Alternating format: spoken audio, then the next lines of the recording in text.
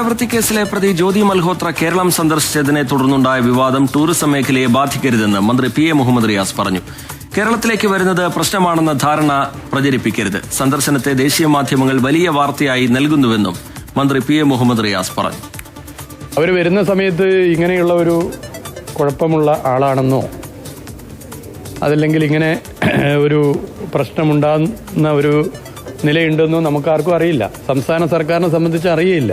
വെറുതെ കുറെ വിവാദങ്ങൾ ഉണ്ടാക്കുക, പ്രശ്നങ്ങൾ സൃഷ്ടിക്കുക എന്നുള്ള ഒരു നിലപാടാണ് ഈ വിഷയത്തിലുള്ളത്. ടൂറിസം മേഖലയ്ക്ക് ഇതൊരു പ്രയാസം സൃഷ്ടിക്കരുത്.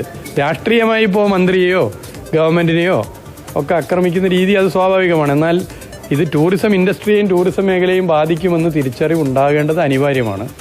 ഇന്നലെ ഇപ്പോൾ നാഷണൽ മീഡിയ മുഴുവൻ, ഒരു വലിയ ഭൂരിപക്ഷം മീഡിയകൾ ഇതൊരു വലിയ ചർച്ചയാക്കി എടുത്തിരിക്കുകയാണ്. ഇപ്പോൾ കേരളത്തിലേക്ക് വരേണ്ട ടൂറിസ്റ്റുകൾ ഇവിടെ എന്തോ കുഴപ്പം പിടിച്ച സ്ഥലമാണ് എന്ന ഒരു തോന്നലുണ്ടാകും. അപ്പോൾ ദയവേത് ഇത്തരം പ്രചരണങ്ങളൊന്നും ആളുകൾ പുറകോട്ട് പോകും.